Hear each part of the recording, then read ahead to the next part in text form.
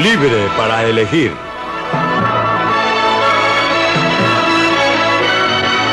Una opinión personal de...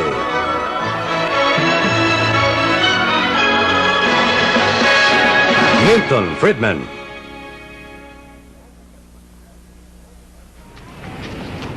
¿Cómo permanecer libre? Cada día, cientos de personas acuden al Capitolio en Washington, D.C., atraídos solamente por el poder. Son comités de acción política que son incapaces de decidir. Algunas cartas, alguna correspondencia de los electores. Ese poder se ha acumulado aquí durante los últimos 50 años en la sede del gobierno del país más poderoso del mundo. Este es Bill Hendricks de mi personal. ¿Cómo está? Mucho gusto en conocerlo. ¿Cómo está? ¿De qué está hablando? Creo que está hablando de pistolas. ¿No le parece a usted que es peligroso? Hola, este es Warren Richardson. Oh, Mary, sí. ¿En qué estás pensando? Warren Richardson se gana la vida sabiendo quién tiene poder e influencia para intercambiar. Sí, muy bien. Estaré aquí esperándolo. Es un miembro del Cabildo. Gracias, adiós. La posición oficial del gobierno sobre este proyecto de ley es, sin embargo, que su consideración sería prematura en este momento, en vista de que los... Trata con gente como esta, miembros del Comité de Agricultura de la Cámara. Ellos crean algunas de las leyes y reglamentos que, entre otras cosas, controlan el alimento que comemos. Son elegidos funcionarios, los que tienen poder para gastar millones de dólares de nuestro dinero en impuestos. Incluye toda la página 2 y el total de la 3. A mucha gente le gustaría poner sus manos en ese dinero. Ese es el tipo de materia que nunca debe aparecer en los libros de estatutos y creo que cualquiera que haya participado en el Comité de Justicia lo sabe. La forma de obtener una administración con sentido común es teniendo una administración con más sentido común en agricultura. El acceso es muy importante. Y la forma en que se obtiene también. Por ejemplo, antes solo existían pocos cabildos en esta ciudad. Y ahora registramos hasta 15,000 cabilderos, más el personal subsidiario, secretarias, recepcionistas y dactilógrafas. Y también la investigación correspondiente. Están llamando a todas las firmas legales imaginables. Así pues, existe una tremenda base de apoyo allá para los esfuerzos del cabildo. No demora mucho tiempo en darse cuenta que la concentración del poder en manos de unas pocas personas, sin importar cuán bien intencionadas, es una amenaza real a la libertad del individuo. Por supuesto que Warren Richardson no lo considera así. A través de los años, ha trabajado con éxito para algunos grupos con intereses especiales en energía, medio ambiente, salarios y precios. Hoy día, está alegando el caso de otro interés especial, el Comité de Acción Nacional de la Reforma de la Ley Laboral, tratando de mover las influencias hacia su punto de vista. Eso es tirar las cosas por sobre la borda. Eso es ir demasiado lejos. Casi no existe un momento en que los corredores de los edificios de oficinas del Congreso no estén llenos de gente que espera su oportunidad para ver e influenciar al hombre elegido en el centro del poder. En esa legislación, para fondos de las comunidades por 50,000 y menos, las metas de la ley existente y ciertos requisitos documentales estatuidos a menudo son poco realistas para las comunidades más pequeñas. Los acuerdos logrados aquí nos afectan a todos, y a veces en forma que desaprobamos. Pero no culpen a la gente que adopta los acuerdos. Solo están buscando su propio interés, que puede ser tan pequeño como ganarse $1 o tan amplio como tratar de reformar al mundo. Nosotros, los ciudadanos, tenemos la culpa porque hemos entregado tanto de nuestras vidas, de nuestras decisiones personales al gobierno, y ahora descubrimos que el gobierno en realidad limita severamente nuestra libertad.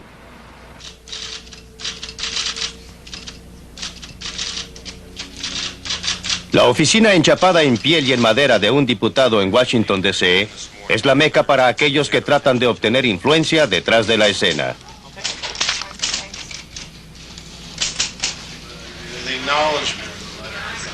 Puede ser difícil para un político trazar su camino entre grupos de intereses especiales. Para mantenerlo elegido, necesita votos, y para obtener votos a menudo tiene que hacer tratos. Esto para que nuestro partido vuelva a la Casa Blanca. Si el señor presidente envía políticas que los republicanos apoyen, a menudo es un asunto frustrante. Cuando la gente lo visita no es con fines de debate y diálogo o de discusión sobre algo, sino simplemente para pedir su interés especial o su única preocupación. Aquí es cuando se pone sumamente difícil porque puede existir un número igual al lado opuesto de la moneda.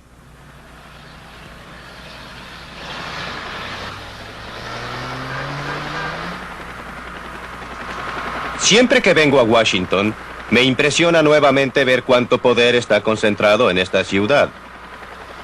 Pero debemos comprender el carácter de ese poder. No es un poder monolítico en unas cuantas manos, como sucede en países como la Unión Soviética o la China Roja.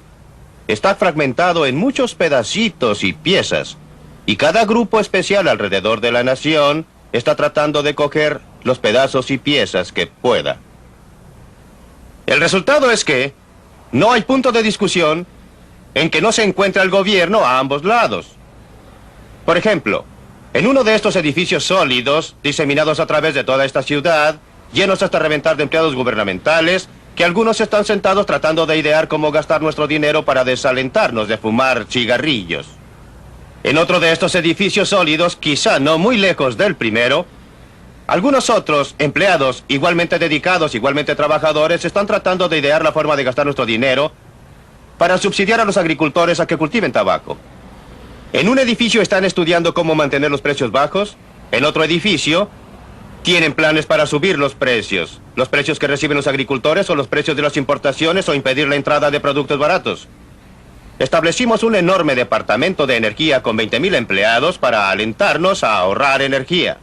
Establecimos un enorme departamento de protección ambiental para idear maneras de tener aire más limpio que involucra usar más energía. Ahora que muchos de estos efectos se cancelan entre sí. Pero esto no quiere decir que estos programas no hagan mucho mal y no hay cosas muy malas a su respecto. De una cosa pueden estar seguros: los costos no se cancelan entre sí, se suman. Cada uno de estos programas gasta más dinero de nuestros bolsillos, del que podríamos usar para comprar bienes y servicios para cubrir nuestras distintas necesidades. Todos estos programas usan a gente muy capaz y muy hábil también, que podrían estar haciendo cosas productivas. Todos ellos preparan reglas, reglamentos, papeleo, formularios que llenar.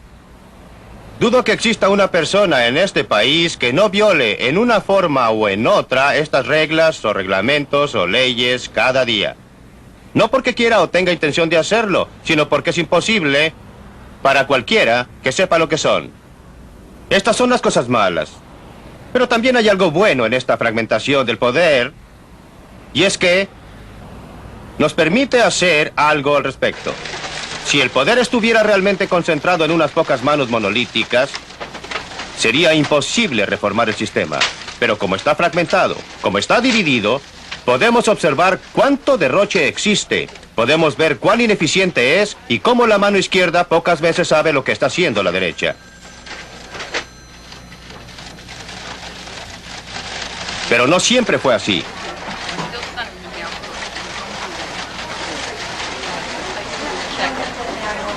Los ejércitos de burócratas que administran nuestras vidas adoptan nuestras decisiones, gastan nuestro dinero, todo supuestamente para nuestro bien.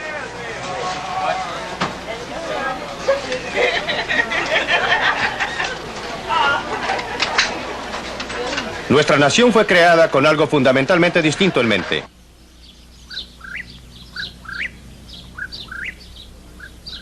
Hace casi 200 años, un grupo notable de hombres se congregó en esta habitación para escribir una constitución para la nueva nación que habían ayudado a crear unos pocos años antes.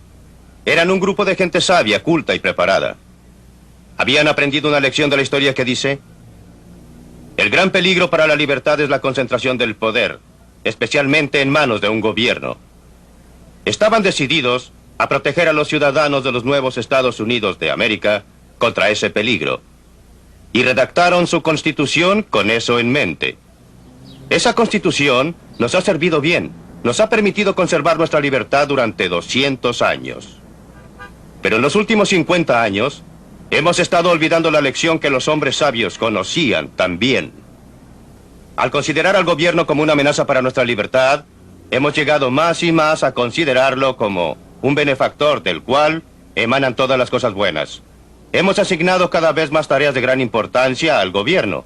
Le hemos entregado una fracción cada vez mayor de nuestra renta para que la gaste por nuestra cuenta. Y todos pueden ver los resultados. Son desilusionantes. Las grandes expectativas no se han logrado. Y nuestras libertades han sufrido en el proceso.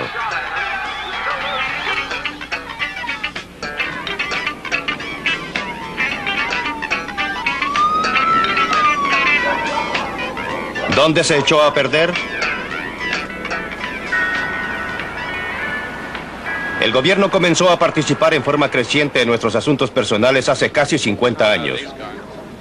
Fue en 1933, en el punto más bajo de la peor depresión de la historia. Se radicó la idea de que el capitalismo había fallado y que la falla era responsable de la tragedia humana y económica. A comienzos de la década del 30, Franklin Delano Roosevelt y sus asesores se reunieron aquí para idear programas para solucionar los problemas de la depresión. Su respuesta fue dar mayor poder al gobierno central. De ese comienzo hemos llegado hoy día al estado de benefactor. Esta Empire State Plaza en Albany, en Nueva York, es un buen ejemplo de la diferencia entre el poder público y político y el poder económico privado. Fue construido mientras Nelson Rockefeller fue gobernador del estado de Nueva York.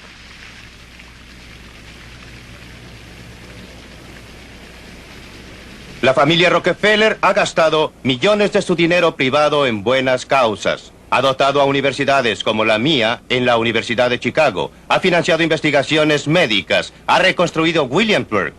Pero no todo el dinero privado de la familia Rockefeller les ha dado nada parecido a la cantidad de poder que pudo tener Nelson Rockefeller como gobernador del estado de Nueva York. Construyó monumentos similares a este por todo el estado, usando cada recurso que pudo idear para financiarlos. Cuando dejó su cargo, los impuestos por persona en el estado de Nueva York eran más altos que cualquier otro estado del país, con la única excepción de Alaska. Y además existía una deuda monumental. Tanto así que su sucesor, quien tenía la reputación como diputado demócrata de ser un gran gastador, tuvo que usar en su discurso inaugural prédicas para las virtudes de la austeridad y para decir que había concluido el tiempo de vino y rosas.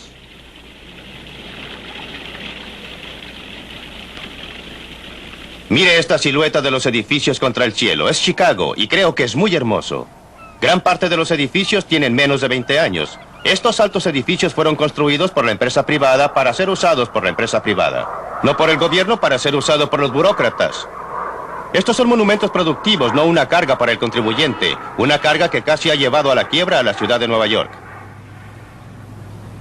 La ironía es que gran parte fueron las buenas intenciones las que nos llevaron donde estamos hoy día. Una nación gobernada por imperios burocráticos. Me pregunto si cuando construyeron este edificio se dieron cuenta que iba a resultar con el aspecto de una fortaleza.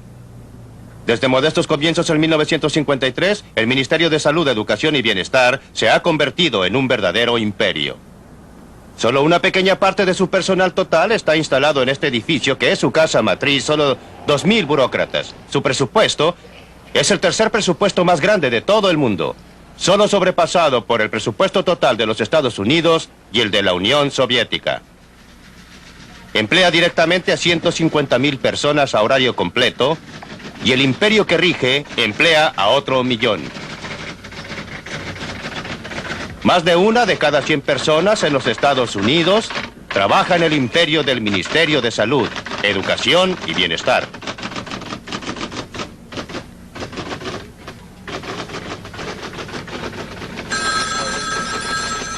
Como hemos visto en esta serie de películas, el Ministerio de Salud, Educación y Bienestar está gastando grandes cantidades de nuestro dinero cada año en salud. Un efecto es simplemente alzar los honorarios y precios de servicios médicos y de hospital, sin una mejoría correspondiente a la calidad del cuidado que recibimos. Está controlando más y más el alimento y drogas que compramos, desalentando en el proceso el desarrollo e impidiendo la comercialización de nuevas drogas que podrían estar salvando muchas decenas de miles de vidas al año. En el terreno de la educación, las sumas que se están gastando se están yendo a las nubes, pero existe consenso que la calidad de la educación está declinando. Más y más dinero está siendo gastado y se están aplicando controles cada vez más rígidos para promover la integración racial. Pero nuestra sociedad se está fragmentando aún más. En el campo del bienestar social, cada año se están gastando miles de millones de dólares en una época en que el estándar de vida del norteamericano promedio es el más alto de su historia. Y están creciendo las listas de prestaciones asistenciales. En el Seguro Social, el presupuesto es colosal, pero está en grandes dificultades económicas. Los jóvenes se quejan, y con mucha razón, respecto a los altos impuestos que deben pagar, y es que esos impuestos son necesarios para financiar los beneficios que reciben los ancianos. Y los ancianos se quejan, y también con justicia. Y es que es difícil para ellos mantener el estándar de vida que se les indujo a esperar de un sistema que fue promulgado para asegurarse que los ancianos jamás se convirtieran en objetos de caridad. Ha tenido como resultado que un número creciente de nuestros mayores estén en esas listas. De acuerdo a su propia contabilidad, el HEW perdió en un año, y debido al fraude, abuso y derroche, una cantidad de dinero que habría construido bastante más de 100,000 casas que costaran $50,000 cada una. Con razón, esas iniciales cada vez más significan cómo estimular el derroche. Han descubierto en algunas ciudades que sobre el 20 al 25% de la gente que actualmente está recibiendo ayuda no tienen derecho a hacerlo o están recibiendo más de lo que debieran. Y al estudiar esto parece que el motivo principal no son las mismas leyes del bienestar, sino la forma en que son administradas, que es muy relajada y suelta. Uno de los casos más famosos acaba de ocurrir la semana pasada. Arrestaron a una mujer en el sur de California. La llaman la reina del bienestar. Durante los últimos 6 o 7 años, ella recibió $300,000 en pagos asistenciales. Después de impuestos, si usted lo considera sobre una base antes de impuestos, podría ser el equivalente de más de $1 millón antes del impuesto a la renta. Ella y su marido estaban viviendo en una hermosa casa de $170,000, tenían buenos autos y... Ella tenía una técnica muy simple, usaba nombres ficticios, nombres falsos, y firmaba, creo que en distintas agencias de bienestar. Ella iba y cobraba sus cheques. Debe hacerse algo respecto a este estado escandaloso de cosas. ¿Qué mejor decisión burocrática que establecer un departamento especial, repleto de computadores y empleados fiscales, todos dedicados a descubrir despilfarros, usando el dinero de los contribuyentes, por supuesto, al hacerlo? $27,5 millones el primer año. Como escribió Adam Smith hace más de 200 años, en el mercado económico, la gente que solo trata de servir sus propios intereses privados son conducidos por una mano invisible para servir los intereses públicos, los que no tenían intención de promover. En el mercado político también opera una mano invisible, pero desgraciadamente opera en dirección contraria. La gente que solo quiere servir a los intereses públicos son llevados por una mano invisible a servir los intereses privados que no tenían intención de promover. La razón es simple. Como hemos visto, en un caso tras otro, el interés general está desparramado entre millones y millones de personas. El interés especial está concentrado. Cuando los reformadores logran que una medida sea aprobada, siguen con otra cruzada, sin dejar a nadie atrás que proteja el interés del público. Pero en realidad dejan atrás algún dinero y algún poder. Y los intereses especiales que se benefician de ese dinero y ese poder rápidamente los ganan a expensas de la mayoría del resto. Pero ahora, después de 50 años de experiencia, es obvio que no importa en realidad quién vive en esa casa. El gobierno continuará creciendo mientras el resto de nosotros crea que la forma de solucionar nuestros problemas es entregándolos al gobierno.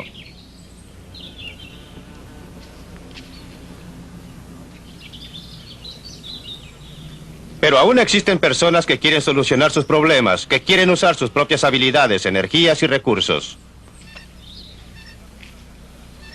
Encontramos una persona así aquí en el sur de California.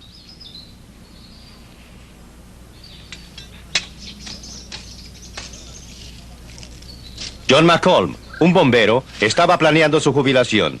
Decidió realizar la ambición de su vida. Construiría su propio hogar con sus propias manos. Compró un sitio con una vista magnífica, despejó el terreno y se dio cuenta que era el primer hombre que jamás había cultivado esta tierra. Lo hizo sentirse bien. Trajo una casa rodante al borde de su sitio y se trasladó con su esposa a vivir ahí mientras trabajaban en la casa.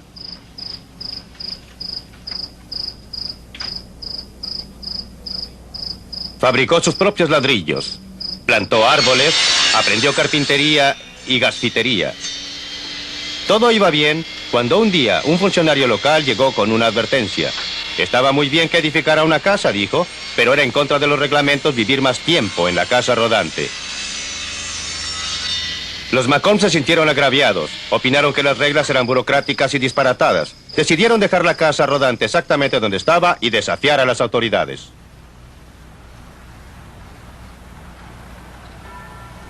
Pat Brennan se convirtió en casi una celebridad en 1978 porque estaba repartiendo el correo en competencia con la Oficina de Correos de los Estados Unidos. Con su marido se instalaron en un subterráneo en Rochester, Nueva York. Pronto empezaron a progresar. Cobraban menos que el correo y garantizaban la entrega de los paquetes y cartas el mismo día en el centro de Rochester. No hay duda ahora que estaban violando la ley de ese momento. La Oficina de Correos los demandó. El caso contra ellos era simplemente que no debían manejar cartas. Los Brennan decidieron pelear y los hombres de negocios locales proporcionaron el respaldo financiero. Creo que va a ocurrir una revolución tranquila y quizás veamos su comienzo. Quizás podamos ver a gente peleando con los burócratas, cuando años atrás no lo haríamos porque seríamos aplastados. Ahora, con la revolución de impuestos y lo que estamos haciendo, la gente está decidiendo que sus destinos les pertenecen y no a alguien en Washington que no se interesa por ellos. Así pues, no es cuestión de anarquía. Es una cosa que la gente está analizando el poder de los burócratas y lo está rechazando. Las llevo, sí. Muy bien. Los clientes de los Brennan son muy específicos en algo. Después de todo, el servicio Brennan es más barato que el correo ordinario. No estamos seguros de haber hecho nada ilegal. Y me gustaría saber más sobre esto y espero que se conozca más en el país que hasta ahora y alguien escuchará su petición. Porque cuando usamos a los Brennan sabemos con certeza que ese mismo día se va a hacer la entrega. Y estamos seguros que pasará día tras día tras día. Mientras que con el otro sujeto, no estamos seguros ni sabemos en qué estado va a llegar allá. Por eso apoyo a los Brennan 100% y los ayudaré en todo lo que pueda hacer. La cuestión de libertad se presenta en cualquier clase de negocio. Si acaso usted tiene derecho a desarrollarlo y el derecho a decidir lo que va a hacer. También existe la cuestión de la libertad de los consumidores para utilizar un servicio que encuentran barato y que es mucho mejor. Según el gobierno federal y el cuerpo de leyes Private Express Statutes, no tengo libertad para iniciar un negocio y el consumidor no tiene libertad para usarlo. Lo que parece muy extraño en una nación como esta, que el contexto total está basado en la libertad y la libre empresa. La Oficina de Correos ganó el caso. Llegó hasta la Suprema Corte del Estado y los Brennan fueron clausurados. No pudieron continuar con el negocio de repartir correspondencia.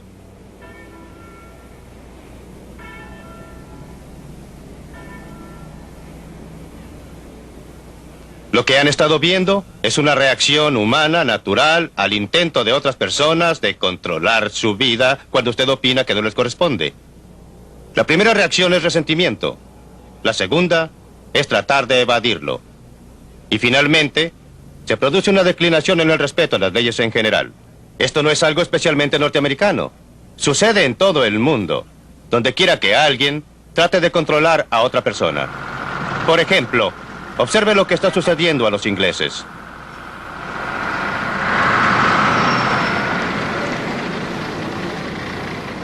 Durante la mayor parte del siglo pasado, Inglaterra era conocida a través del mundo por el respeto que tenían sus ciudadanos por la ley, pero ya no ocurre. Creo que es perfectamente justo decir que en los últimos 10 a 15 años nos hemos convertido en una nación de mentirosos. ¿Que cómo lo hacemos? En una variedad colosal de formas. Déjeme darle a usted un ejemplo. Tomemos un pequeño almacenista en un área rural con muy poco movimiento. ¿Cómo gana dinero? Descubrió que al comprar a través de mayoristas regulares, él siempre tiene que usar facturas. Pero si va y paga al contado y compra sus mercaderías allí, entonces la utilidad que obtenga sobre esas mercaderías no estará sujeta a impuesto porque los inspectores de impuestos simplemente no saben qué tiene la mercadería. Consideremos el extremo superior. Si observa a un director de compañía, existen toda clase de maneras en que pueden hacerlo. Compran sus alimentos a través de la compañía. Toman sus vacaciones por cuenta de la compañía. Registran a sus esposas como directores de la compañía aunque jamás visiten la fábrica. Construyen sus casas a costa de la compañía por el ardid muy simple de construir la fábrica al mismo tiempo que sus casas. Sucede a través de todos los niveles. La persona ordinaria que hace trabajos ordinarios o la persona que hace trabajos muy serviles hasta el extremo superior. Hombres de negocios, políticos altos, miembros del gabinete, miembros del Senado, todos lo hacen. Creo que casi todos creen actualmente que el sistema es básicamente injusto. Y todos tratan de evadir el sistema tributario. Una vez que esto ocurre, y una vez que existe un consenso de que un sistema tributario es injusto, el país en efecto se convierte en una especie de conspiración. Y todos se ayudan entre sí a lograr evadir. No será difícil en este país porque la otra gente en realidad quiere ayudarlo. Y en 50 años no es diferente, dice la gente. No, no lo es. No es como debería ser. Así pues, esa es la primera razón, el nivel de impuestos muy alto. Pero creo personalmente que existe otro factor que considerar. Y es que a través de los años hemos tenido un enorme crecimiento en la burocracia y en los gastos del gobierno. Esta evasión merma, si usted lo quiere así, la protección a la gente, al ciudadano. Usted sabe, servicio de salud, todo el tipo de beneficios de una u otra clase. Y creo que la gente ha llegado a estar consciente de un nuevo factor. Un sentimiento de que las cosas ya no tienen todo el valor que tenían, que el dinero no es algo vital, si falta se obtiene de alguna institución gubernamental. Evasión criminal de impuestos en Gran Bretaña. Leyes y reglamentos desafiados en los Estados Unidos. No hay nada que celebrar. Lo que es alentador es que a través del mundo libre, el público está reconociendo los peligros de un gran gobierno y está adoptando medidas para controlarlo, pero no será una tarea nada fácil reducir el tamaño del gobierno. Hoy día, en nación tras nación, el interés especial más fuerte ha llegado a ser la burocracia atrincherada, ya sea a nivel nacional o local. Además, cada uno de nosotros obtiene beneficios especiales de uno u otro programa gubernamental. La tentación es tratar de reducir al gobierno a costa de otros, manteniendo al mismo tiempo privilegios especiales. Eso representa un atolladero. El enfoque correcto es atacar de cabeza el crecimiento exclusivo de los gastos gubernamentales. Demos un presupuesto al gobierno, igual que nosotros tenemos un presupuesto. Un movimiento en esta dirección ya se está produciendo en los Estados Unidos con las numerosas proposiciones de enmiendas constitucionales que limitan los gastos del gobierno. Varios estados ya han adoptado tal enmienda. Existe una fuerte presión por una enmienda similar a nivel federal. Las enmiendas deben forzar al gobierno a operar dentro de un presupuesto estricto. Cada interés especial tendría que competir con otros intereses por una participación mayor en cierto pastel, en lugar de que todos puedan unir sus fuerzas a expensas del contribuyente. Este es un paso importante, pero es solo un primer paso.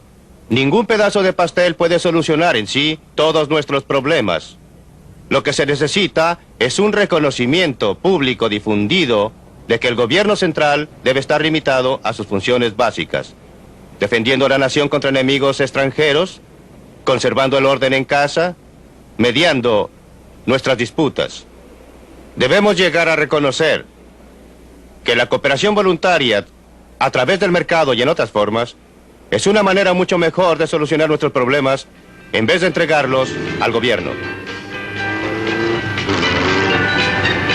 Aquí es donde radica gran parte de la fuerza futura de los Estados Unidos, en lugares como Otama, Iowa, donde vive gente de todos los niveles económicos. No existen barrios bajos en Otama, ni existen extremos ni de riqueza ni de pobreza. Todos son parte de una comunidad en la cual cada parte depende de las otras para una vida estable y feliz que vale la pena vivir. Esta es la clase de comunidad que formó el carácter de la América democrática.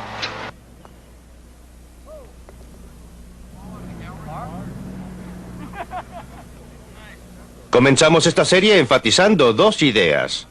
La idea de la libertad humana en la forma en que está indicada en la Declaración de Independencia de Jefferson y la idea de libertad económica en la forma expresada en la riqueza de las naciones de Adam Smith. Estas dos ideas, operando conjuntamente, lograron su mayor fruición aquí, en el corazón de América. Pero el carácter básico de la sociedad que crearon ha estado cambiando como resultado del nacimiento de otro juego de ideas. Hemos olvidado la verdad fundamental que los fundadores de este país conocían también, que la mayor amenaza a la libertad humana es la concentración del poder, ya sea en manos del gobierno o de otra persona. A través del mundo occidental, más y más de nosotros estamos reconociendo los peligros de una gran sociedad sobregobernada, pero se requerirá más que un reconocimiento del peligro. La libertad no es el estado natural de la humanidad, es un logro extraordinario y maravilloso. Necesitará la comprensión de lo que es la libertad y de dónde vienen los peligros a la libertad. Se necesitará valentía para actuar de acuerdo a este entendimiento, porque si no solo, vamos a conservar las libertades que tenemos y para realizar el potencial total de una sociedad verdaderamente libre. Universidad de Chicago, otoño de 1979. Milton, a través de toda su discusión, usted enfatiza dos cosas. Las teorías de Adam Smith sobre el mercado libre y Thomas Jefferson sobre el poder central. Algo que me preocupó un poco en su discusión fue que me pareció que usted se asemejaba algo a la forma en que los psicoanalistas hablaban de Freud. Que aunque usted cree que ellos nos dieron la palabra y aunque han transcurrido 200 años desde entonces, sigue siendo palabra. Las circunstancias no han cambiado su significado en modo alguno. ¿Es usted tan rígido en sus ideas? Existe una gran diferencia entre principios y la aplicación de los principios. La aplicación de un principio tiene que tomar en cuenta las circunstancias, pero los principios que explican cómo opera un automóvil, esos no son diferentes de los principios que explican cómo operaba un coche tirado por un caballo o cómo operaba un arco y sus flechas. Los principios que Adam Smith enunció, la filosofía enunciada por Thomas Jefferson, son tan válidas hoy como lo eran entonces, pero las circunstancias son diferentes y por consiguiente la aplicación en muchos casos es diferente. En adición, ha habido una gran cantidad de trabajo y estudio y actividad de eruditos. Desde entonces sabemos mucho más de la forma en que opera la economía de lo que sabía Adam Smith. Así que él estaba equivocado en muchos detalles individuales de su teoría, pero no en su visión general, en su concepción de lo que ocurriría. Y sin ningún organismo central que lo planificara, millones de personas podían coordinar sus actividades en una forma que era mutuamente beneficiosa para todos. Ese concepto central es igualmente válido hoy, como lo fue entonces, y en realidad, tenemos más razón de confiar en él ahora que antes, pues nosotros tenemos 200 años más de experiencia para observar cómo opera. Correcto. Volvamos a Jefferson. Usted dice, reduzca las funciones del gobierno central a las funciones básicas propugnadas por Jefferson. ¿Cuáles eran? Defensa contra los enemigos extranjeros, preservar el orden en casa y mediar en nuestras disputas. Pues bien, ¿cree que podemos hacerlo en el mundo complicado y complejo en que vivimos hoy día sin crear problemas serios? ¿Qué le parece que miremos las actividades del gobierno en nuestro complejo mundo actual y preguntemos hasta qué punto se ha debido el crecimiento del gobierno a esas complejidades? La respuesta es muy poco en realidad. ¿En qué área ha crecido el gobierno más rápidamente? En obtener dinero de algunas personas y darlo a otras. El área de transferencia. El HEW, un presupuesto 1,5 veces el presupuesto total de defensa. En esa área es donde ha crecido el gobierno. En esa área es donde ha entrado la tecnología.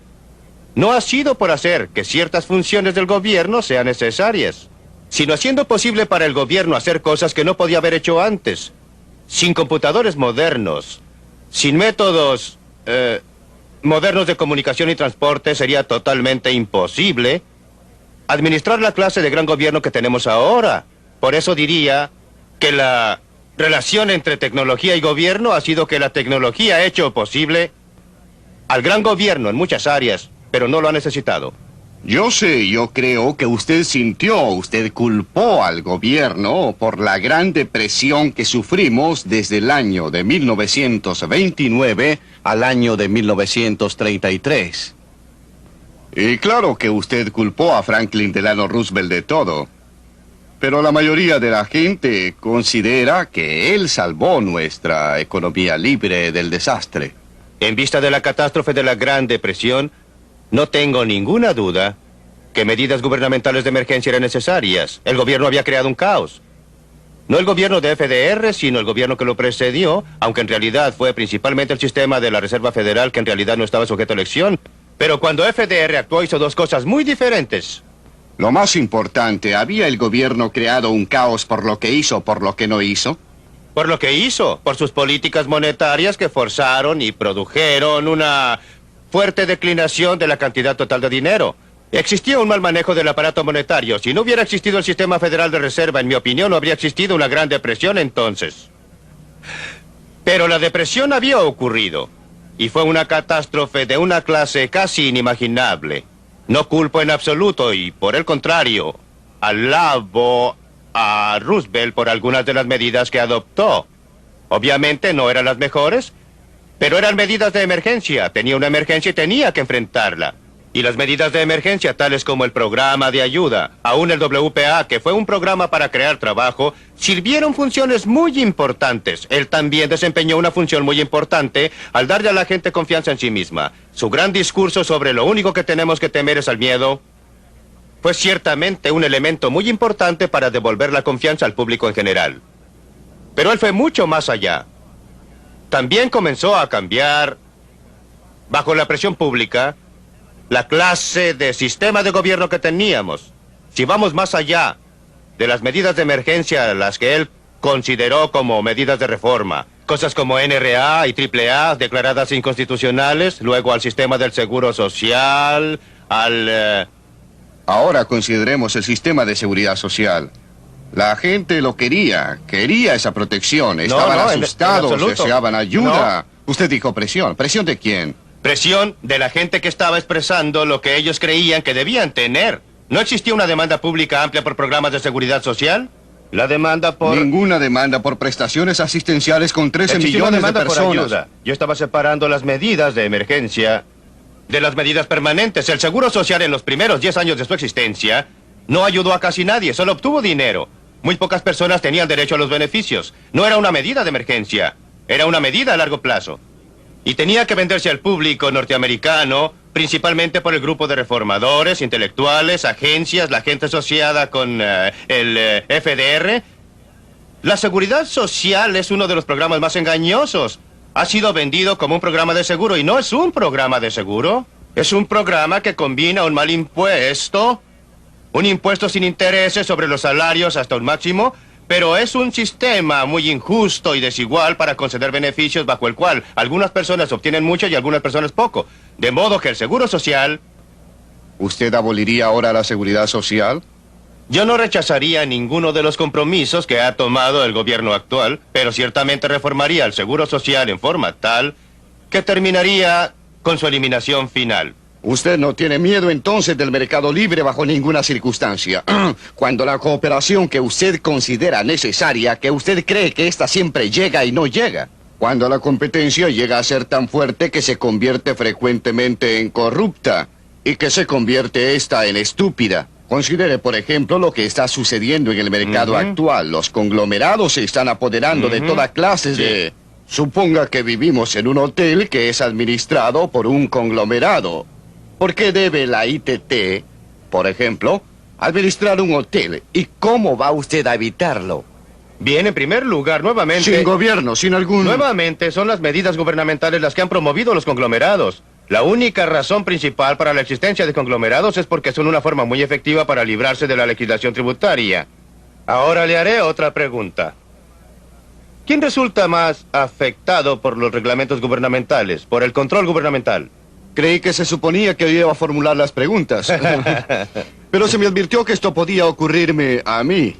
¿Quién es más afectado? ¿El hombre grande que lo puede manejar, que Puede tener un departamento separado para preocuparse del papeleo o el pobre.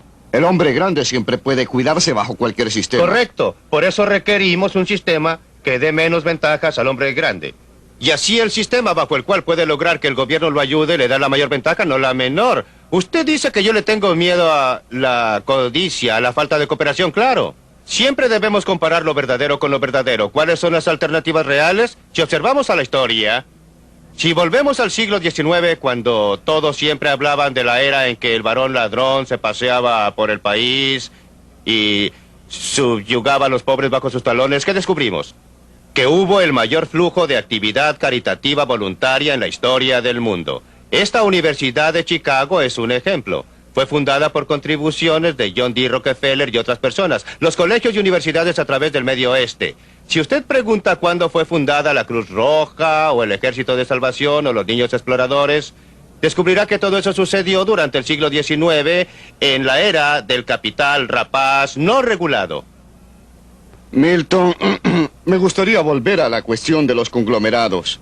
Acepto lo que usted dice de la política de concentración de gobierno central, del gobierno, o si usted quiere, o como quiera llamarlo.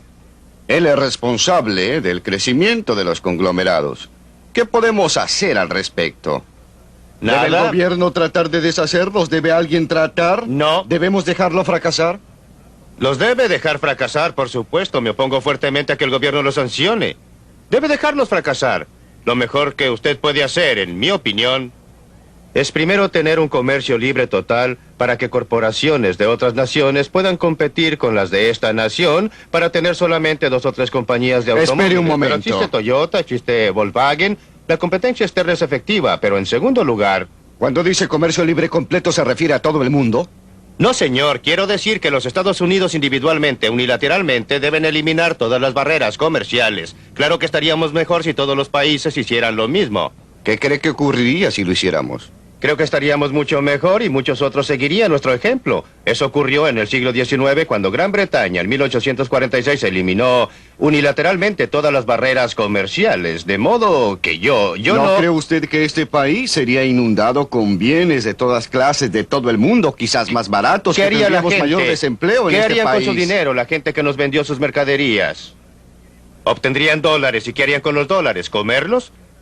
Si ellos quieren mandarnos mercaderías a cambio de dólares, encantados de tenerlos. No es un problema siempre que tengamos un tipo de cambio libre, porque no podremos exportar sin importar, ni podemos importar sin exportar. No habría una reducción en el empleo. Lo que existiría sería una pauta de empleo diferente. Habría más empleo en industrias de exportación y menos empleo en las industrias que compiten con las importaciones. Pero volvamos a los consorcios por un momento. Quiero hacerle una clase distinta de pregunta. Los consorcios no me son muy atrayentes, preferiría muchas empresas pequeñas. Pero existe toda la diferencia en el mundo entre un consorcio privado y uno gubernamental. En general, el consorcio gubernamental le puede sacar dinero a usted sin que usted quiera dárselo. Usted y yo pagamos por Amtrak y por el déficit de correos, sin importar si usamos o no los servicios de Amtrak o del correo. Yo no pago a su consorcio a menos que arriende uno de sus departamentos. Obtengo algo por mi dinero. Con los malos que son los conglomerados privados, son menos malos que una de las alternativas. Supongamos que yo esté de acuerdo con casi todo lo que usted dice y que digo que sería Si usted está de maravilloso acuerdo si con todo empezamos lo que yo de digo, cero. sería un ser extraordinario. No dije que estoy de acuerdo, dije supongamos que estoy de acuerdo con el fin de discutir. No podemos comenzar de cero. ¿Cómo deshacemos lo que hemos hecho? Es lo más difícil. Usted, no yo. Ese es el problema más difícil y estoy de acuerdo en que es la cuestión real secreta. ¿Cómo vamos desde donde estamos a donde queremos ir? No podemos llegar allá de la noche a la mañana. No podemos llegar allá simplemente eliminando las cosas que no debían haber sido ejecutadas. Como en el caso de la seguridad social, la tenemos. Y tenemos que cumplir nuestras obligaciones. Por eso tenemos que desarrollar una serie de políticas que nos permitan movernos gradualmente de donde estamos a donde queremos estar. El primer paso y el más importante, en mi opinión, es dejar de movernos en dirección errónea. Milton, usted dijo que a través del mundo libre el público está reconociendo el peligro del gobierno grande y está adoptando medidas para controlarlo. Pero ¿cómo? Con el ejemplo de lo que la libertad ha logrado, ¿explica usted que los nuevos países que se han estado creando vayan todos camino a la dictadura? El clima intelectual de opinión tiene una enorme influencia en lo que sucede. Y la actitud popular intelectual en los países libres para los países pobres ha sido que tienen que tener un gobierno centralizado. Y eso ha servido a los intereses de pequeños grupos electos en esas naciones. En una nación atrasada tras otra, lo que ha sucedido es que han obtenido su libertad supuestamente del gobierno colonial. Un pequeño grupo selecto ha administrado el país para su propio beneficio y a costa de los pobres. Es una tragedia de nuestra era. Cambia el clima de opinión en los países principales. A medida que cambia el clima de opinión, a medida que la filosofía, la actitud, lo que está enseñando en las universidades sea diferente, usted verá que esos otros países atrasados lo seguirán. ¿Existe alguna evidencia en ese sentido? Si usted observa los países atrasados que están actuando en la mejor forma para ellos. Hay lugares como Hong Kong, como Singapur, como Taiwán, como Corea. No son países libres en nuestro sentido del término, no lo son. pero ellos tienen muchos más elementos de libertad. Un ámbito mayor para la iniciativa individual que muchos de los otros países del mundo que han llegado más allá en dirección del control comunista centralizado. ¿Cómo? Singapur, por ejemplo, y Taiwán tienen una economía, como usted dice, muy libre. ¿Cómo permanecen libres sus economías y sus políticas cuando su libertad humana está reprimida? Y según entiendo, en muchos casos, severamente, no tienen las libertades que nosotros, de prensa, de religión. La libertad económica es una condición necesaria para toda libertad humana, pero no es una condición suficiente. Usted puede tener una economía que es libre en gran parte con grandes elementos de restricción. Por ejemplo, déjeme considerar la experiencia norteamericana antes de la Guerra Civil. Tenía una mezcla de una libre economía, en gran parte con un segmento de la población como esclavos en situación de servidumbre involuntaria.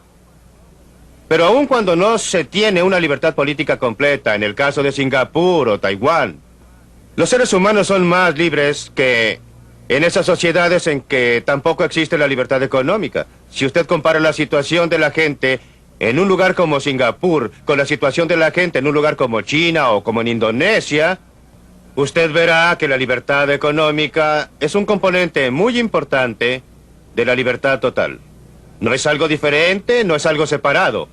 La libertad económica es parte de la libertad total y para la mayoría de la gente la más importante.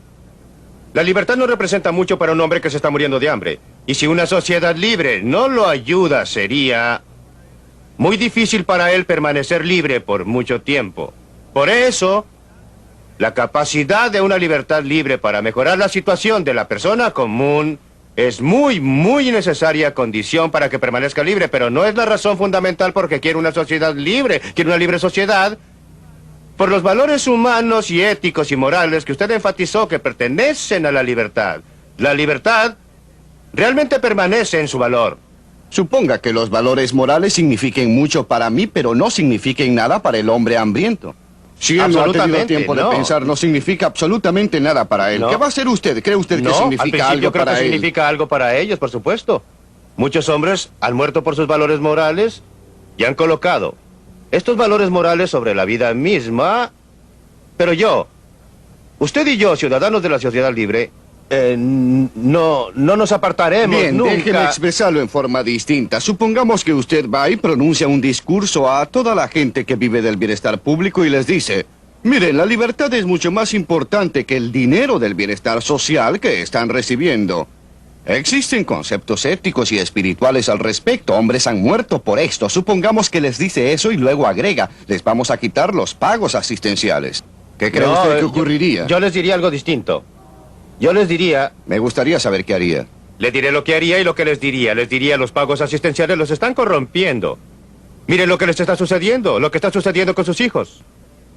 Ustedes estarían mucho mejor en todo sentido. Pero supongamos que ellos le dicen: no estamos en absoluto de acuerdo. Sin Eso esos sería pagos un error. asistenciales estaríamos en una situación terrible. Se equivoca.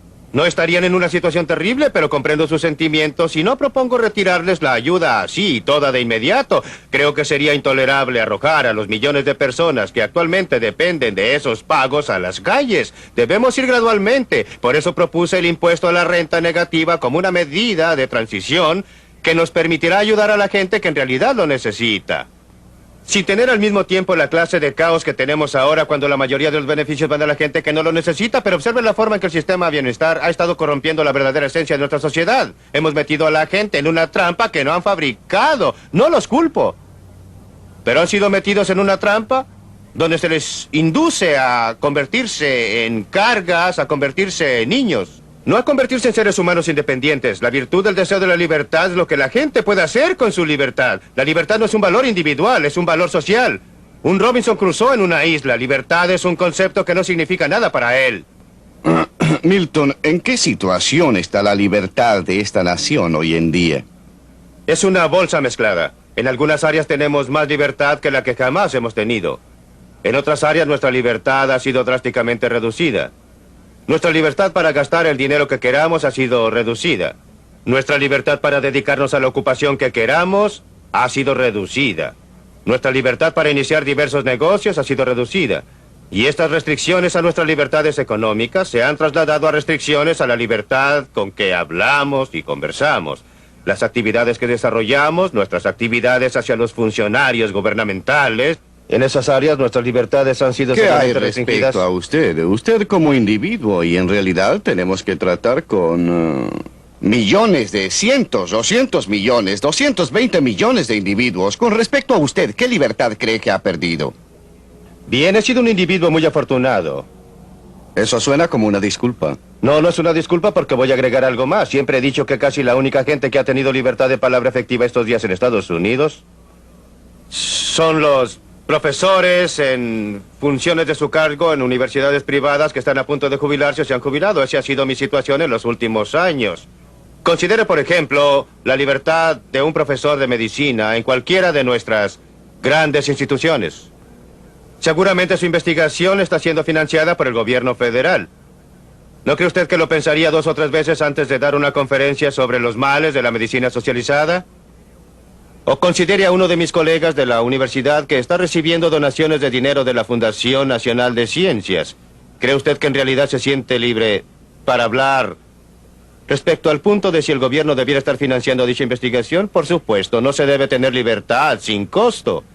Pero los costos deben ser razonables, no deben ser desproporcionados. Ningún hombre de negocios en esta nación hoy día... ¿Por qué actualmente los hombres de negocios son tan tímidos en lo que dicen? Hay muy pocos que están dispuestos a expresarse, a decir abiertamente lo que piensan. ¿Por qué? ¿Respecto a qué? Respecto a cualquier cosa, considere, por ejemplo, los intentos del presidente Carter para imponer controles voluntarios de salarios y precios. Casi no existe un hombre de negocios en esta nación que no lo considere espantoso. Aproximadamente solo 2 o 3 hombres de negocios han tenido el valor de ponerse de pie y decir algo al respecto. Pero nuevamente, como digo, vaya donde mis colegas académicos. Muchos de ellos piensan como yo, que el gobierno está destinando demasiado dinero, que han existido demasiados subsidios de universidades y colegios estatales a lo largo de la línea. Sin embargo, pocos están dispuestos a hablar. Milton, ¿qué hay respecto a la generación que no conoce lo que es la libertad como usted la conoció? Y por consiguiente no le importa tanto lo que ha sucedido, da por sentado el estado actual de cosas. Creo que es un problema real y que estamos viviendo de nuestra herencia. Hemos heredado una filosofía y una serie de actitudes y tienden a erosionarse. La gente se acostumbra a lo que conoce. Existe una enorme tiranía del status quo y la mayoría de la gente, la mayor parte del tiempo, acepta las circunstancias que lo rodean. Existe un impulso humano natural hacia la libertad que siempre se ha expresado. Pero es más fuerte o más débil y creo que un gran peligro en continuar a lo largo del camino actual es que perderemos aún más de nuestra herencia, aún más de nuestros valores básicos, de nuestras creencias básicas de libertad, y protestaremos menos a medida que se nos quiten más y más libertades. El verdadero valor de la libertad es que proporciona diversidad, y a su vez la diversidad es la verdadera protección de la libertad. A la gente que le gusta vivir en las ciudades puede vivir en ellas. A la gente que le gusta la impersonalidad de una metrópolis puede vivir en una metrópolis. Tenemos lealtades para nuestras iglesias, nuestras universidades, nuestros colegios, nuestros clubes, nuestras ciudades, nuestros estados. Es esta diversidad, el hecho de que no se nos impone una conformidad monolítica, que es la fuente de protección de nuestra libertad y el fruto de la libertad. Es porque La libertad protege la diversidad, permite... Usted recordará la frase de Mao que dijo que iba a permitir que 100 flores florecieran. Por supuesto no lo hizo. Tan pronto como la gente habló y las flores florecieron, las cortó. Es el florecimiento de muchas flores, el hecho de que usted tiene todas esas diferentes individualidades, lo que produce los grandes logros de la civilización y proporciona la esperanza y protección de nuestra libertad. ¿Está diciendo usted entonces que aún existen bolsillos de libertad en el país? Lo que yo dije antes fue que es una bolsa mezclada. En ciertos aspectos tenemos mayor libertad que antes, pero en otros aspectos hemos tenido mucha menos libertad. Por supuesto que existen grandes bolsillos de libertad. Este es todavía un país libre. No debemos confundir la tendencia con la situación. Nos hemos estado alejando de la libertad. Nuestra libertad está en peligro, pero de ningún modo ha sido completamente destruida y creo que existe un componente bastante fuerte de la libertad de nuestra sociedad que nos permitirá conservarla, que vamos a volver atrás esta tendencia y a reducir el gobierno al tamaño adecuado. Vamos a establecer las bases para un resurgimiento, para un florecimiento de aquella diversidad que ha sido el producto real de la libre sociedad.